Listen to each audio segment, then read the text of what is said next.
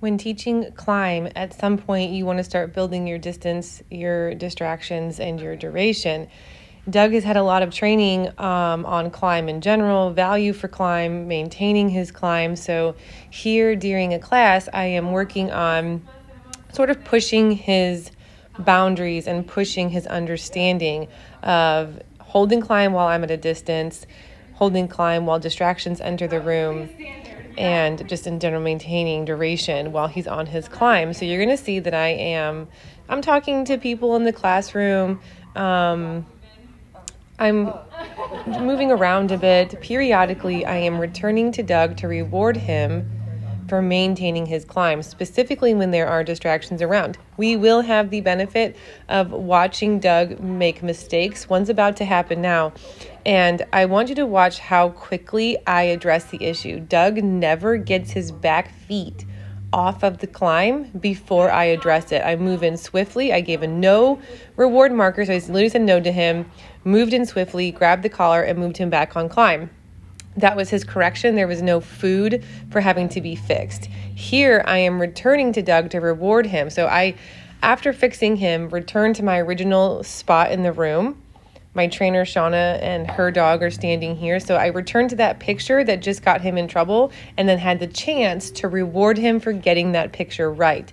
You cannot say no without saying yes. So if you had to give a no, it's totally fine. It's awesome. We get to work through those mistakes. Remember, we get to work through those mistakes. This is a good thing.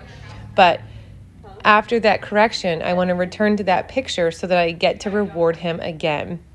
Clear understanding what got him a no, what got him a yes. So I continue here. This original video was actually very long. So here another dog, a new dog has entered the room. A new distraction has entered the room. So I am going to mark and reward Doug for staying there. I actually dropped a treat, rolled underneath that climb. You see me getting it there. And he did not break his climb to get that treat. Maybe he did. Maybe I didn't notice those front feet. Here I'm addressing him. Get yourself back up there. This is really lighthearted.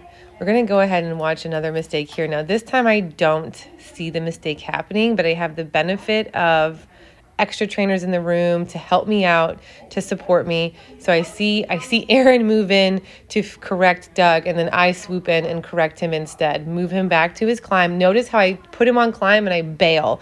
I'm out of there immediately. I don't linger in this correction. I don't linger with him. He's up on the climb. I move back to my original spot. Too often in training, we look different while training than we do in real life. So we want to make sure that we are returning to our original position as quickly as we can. If this means your dog steps off, so be it. Fix them until they get it right. So here I'm waiting for either another distraction or enough duration to go back to rewarding Doug for maintaining his climb. I think enough time has passed, so I go and I let him know that's the right thing. Staying there is the right thing. So we don't want to be lingering in a correction.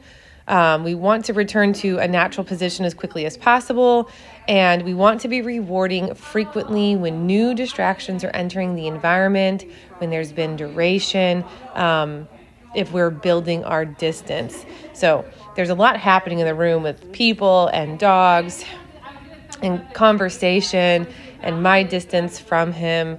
It's all just part of the educational process, solidifying the dog's understanding of what gets rewarded, what gets me fixed. Some people call it a correction. Remember, anytime they break a behavior, we have the chance. It's information, tells us where we need to work on, where we need to put our value. It's just information, and we get to help them through the process.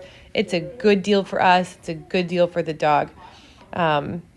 Practice, have fun, keep it lighthearted, keep it benevolent.